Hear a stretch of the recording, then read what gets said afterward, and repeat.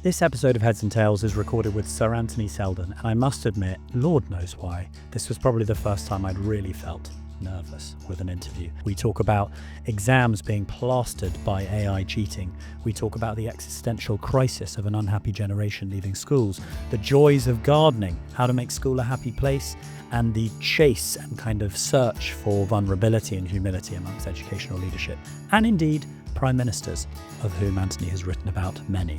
You cannot miss this one. It's a really great one. We hope you enjoy. Welcome back to Heads and Tails with me, Henry Faber. I'm one of the co-founders of Opportune Education, and it's a real privilege to be interviewing Sir Anthony Seldon, who from here on out I shall refer to as Anthony because he's asked me to.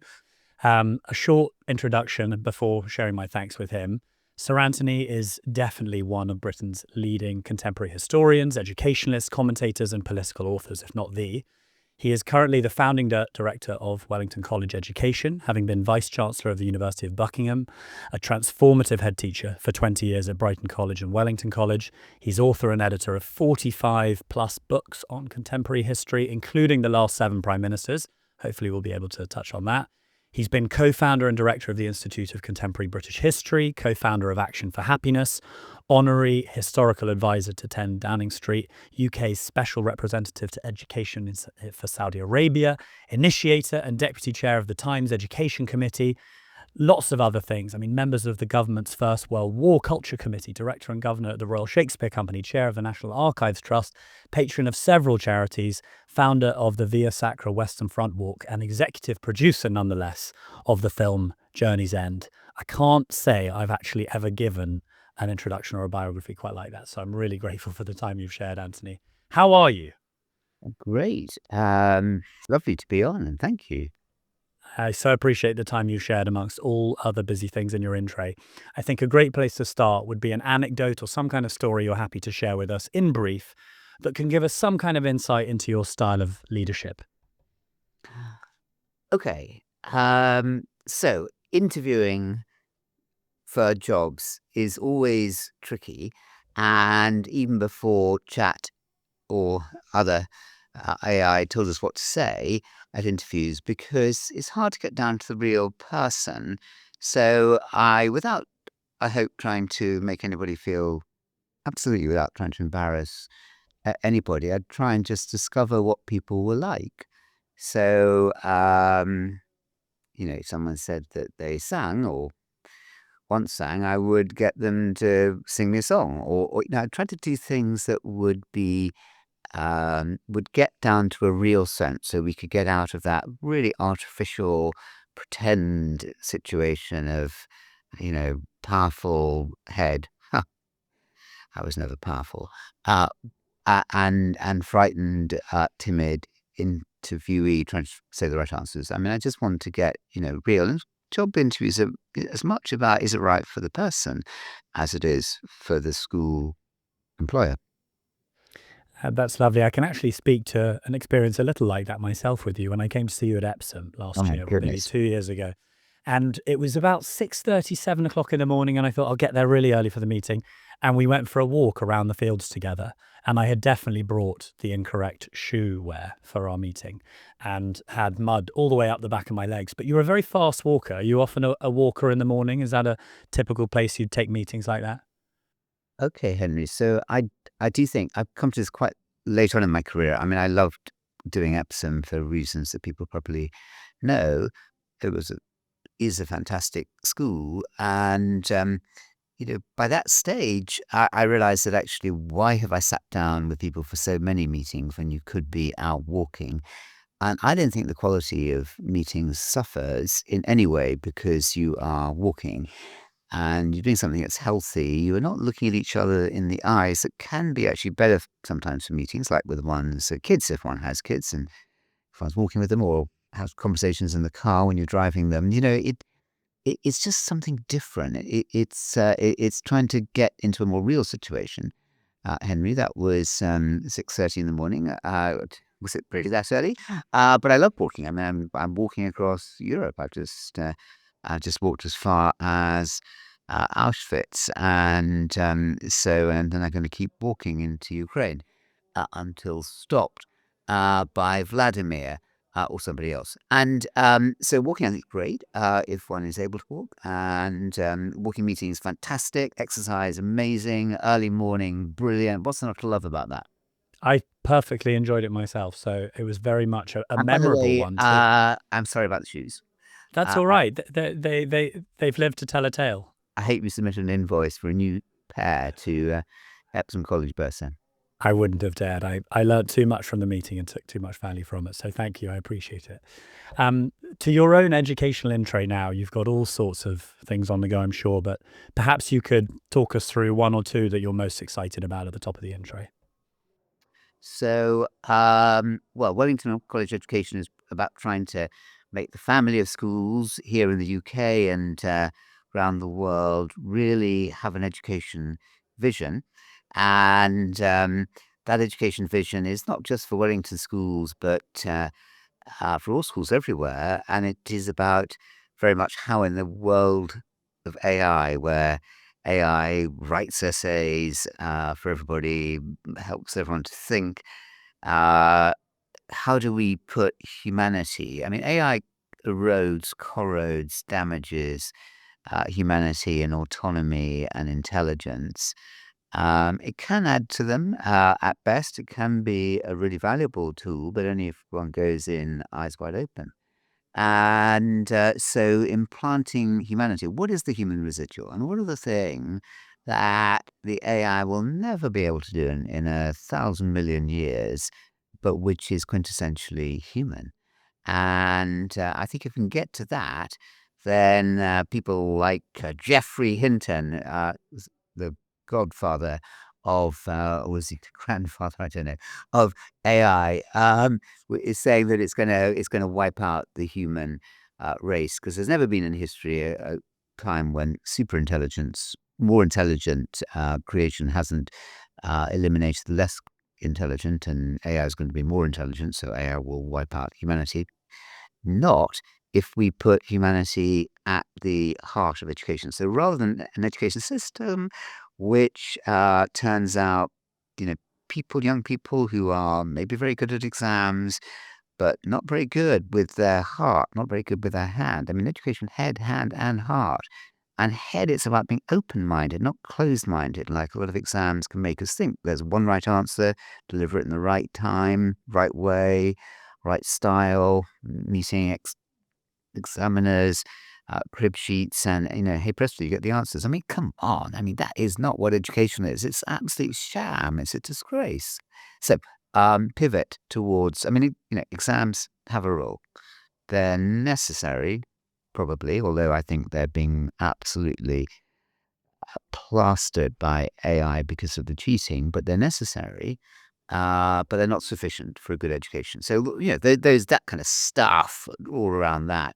It's amazing. We've got the most exciting time in education now ever. Absolutely ever. What's it about?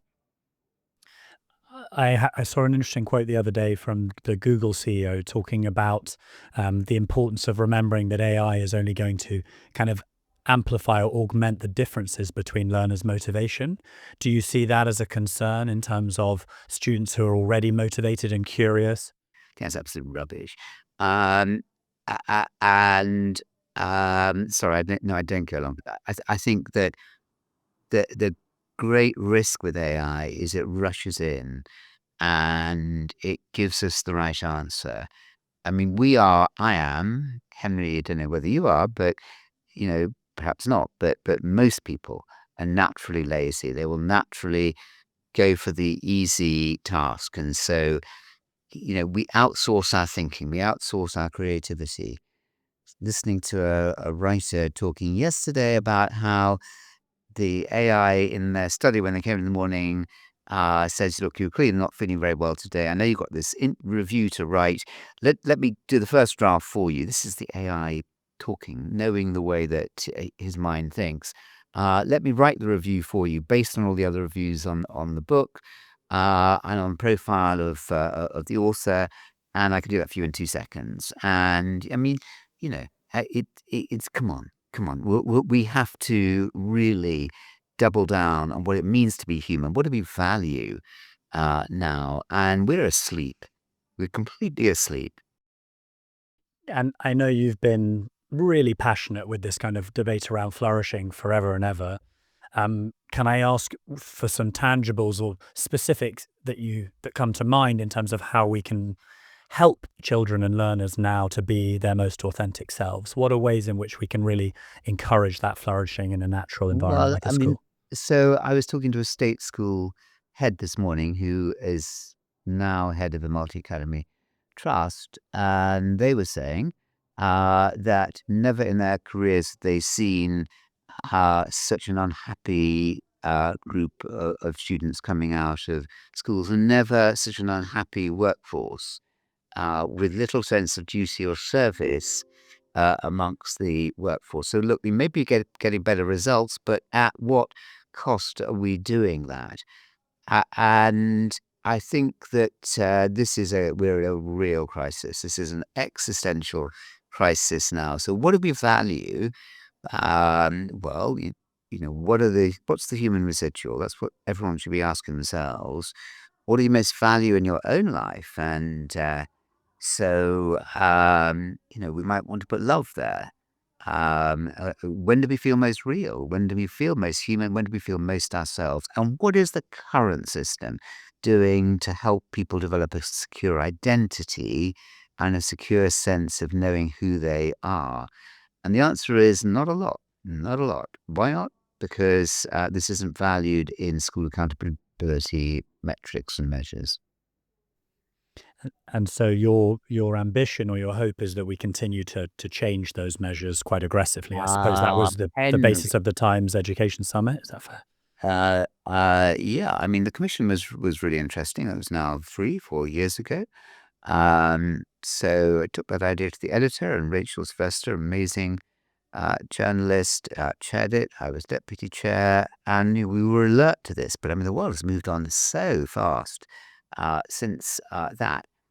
The answer is that government, the civil servants, the ministers, parliament, will never get there. Will never get there quickly enough. It has to be the sector themselves.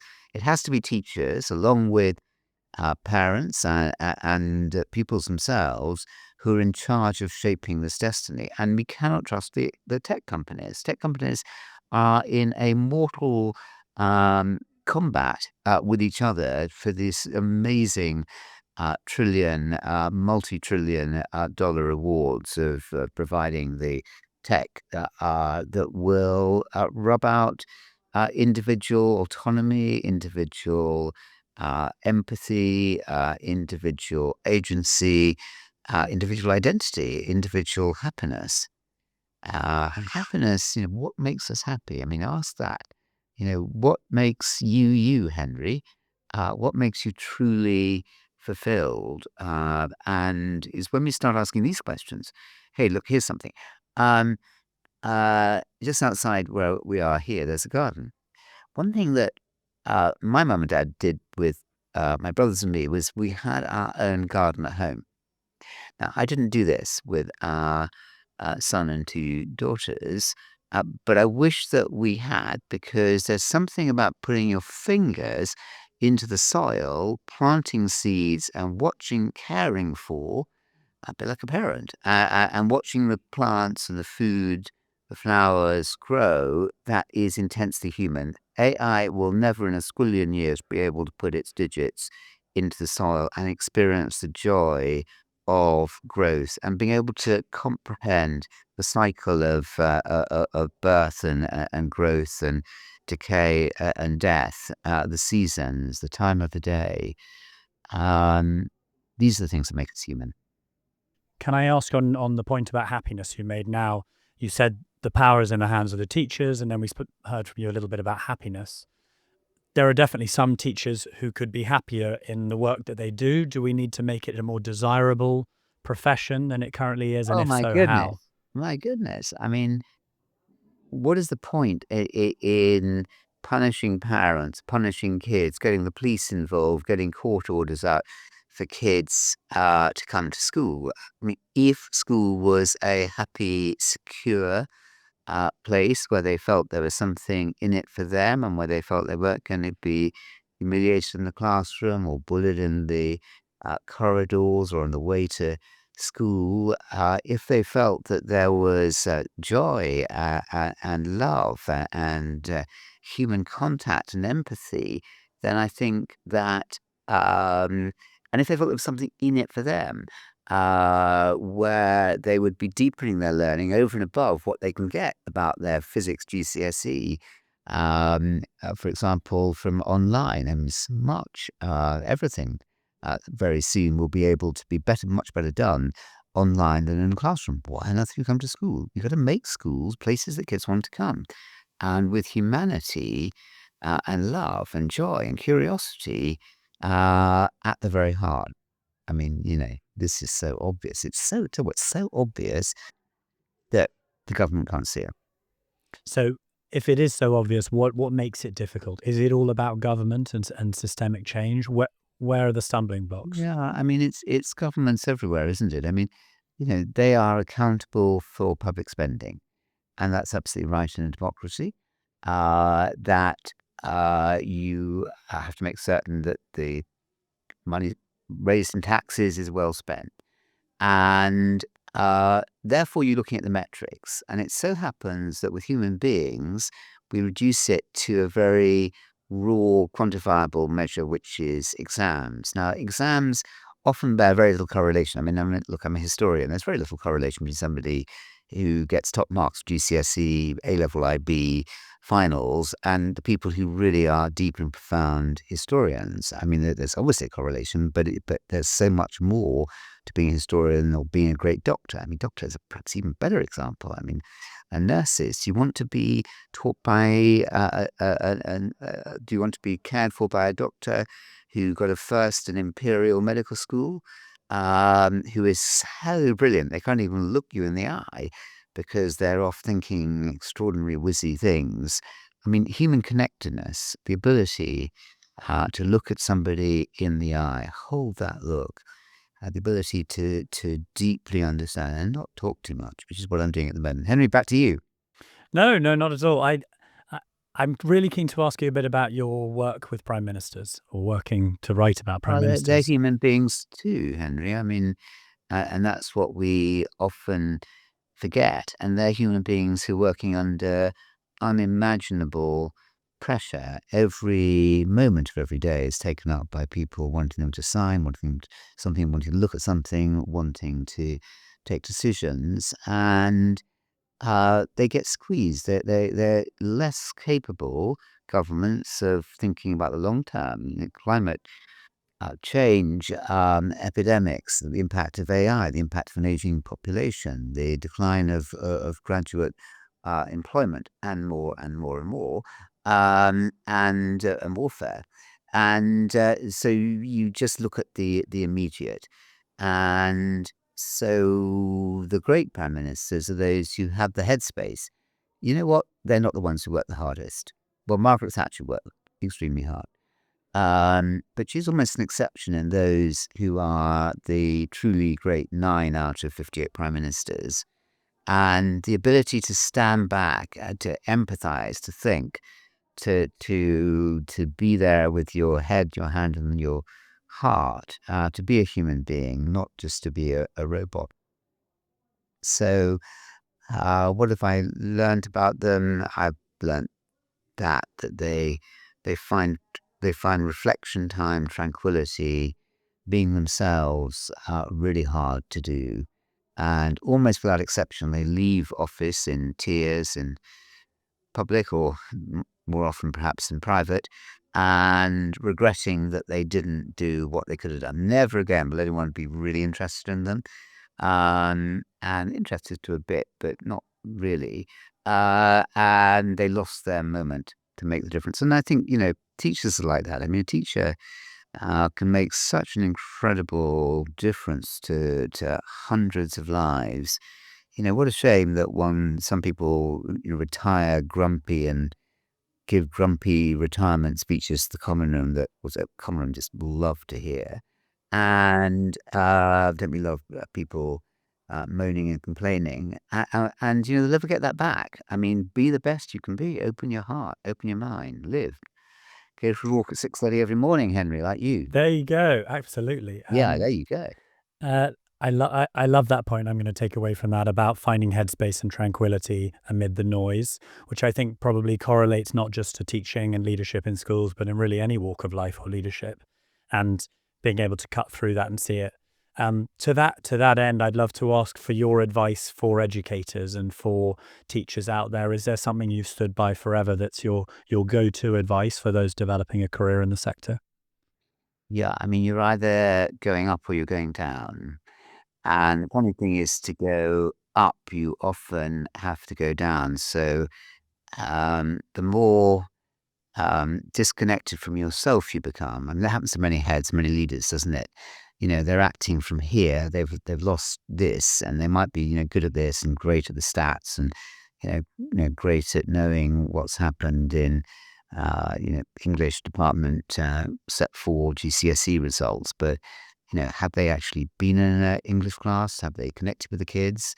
So get out, touch people's hearts and minds to be there, to open yourself, become more vulnerable, even though that's difficult. The journey in life is we either become more ourselves, more fully human, more less complaining of other people, less impressed by how fantastic we are and by our own amazing opinions. I mean, I think the journey in life is a journey to humility, and it's difficult to do, but the greats are the people who will be as good on their final day because they become more humble and more interested in the kids. And the other journey is to just trot out the same lessons day after day, you know, go and bitch and complain about X, Y, Z and not really be interested in anybody. And tell you what, you'll have a really boring retirement and probably die early. Some sharp contrasts there. I think wonderful advice. I've really enjoyed that, and that speaks to me in a big way. We've probably got time for one more question. I always try and make sure I ask people about their controversial opinion. You have many opinions. I would love to hear if there's one that you think is probably likely to be most controversial, but that you're always proud to defend and stand up behind. Um, I'm really down on drugs, and I think they've done immense damage. I've seen people I've known die from even cannabis. I think we should be much tougher about that. I'm also quite down on punishment. I'm not certain punishment really works, but keeping a tough line. I mean, kids need, whether one's a parent or whether one's a teacher, they need really strong boundaries about what is acceptable and picked up at once. But there also needs to be that love to you, and the best teachers, the best heads, the best parents. By the way, I never got it right myself, so I'm talking more from observation and experience. Managed to get both, and but be really tough about the things that are unacceptable, and come in early, and be, there's no point coming in if you've been up terribly late or you're hungover. I think the well-being of the teacher, the modeling of the behavior of the teacher. I mean, kids don't really listen very much to what we say. No one ever listens very much to what somebody else says, but the way that they say it and whether it seems authentic, well, that matters. I'm sure people will listen to this conversation. I think it will be a hugely popular episode, and we've covered quite a lot of ground in a relatively short period of time. As always, wise and eloquent, and I really appreciate the time you shared with us. So, Anthony, thank you so much, and wishing you well for your very varied intro in the months ahead. Henry, thanks for making me think. It's been great. I love answering questions, and now I'm going to think I could have answered all of them much better. But I tried. Excellent. I tried. Striving for humility at all times. Thank you. We wish you a very happy autumn and into the winter. Thank you.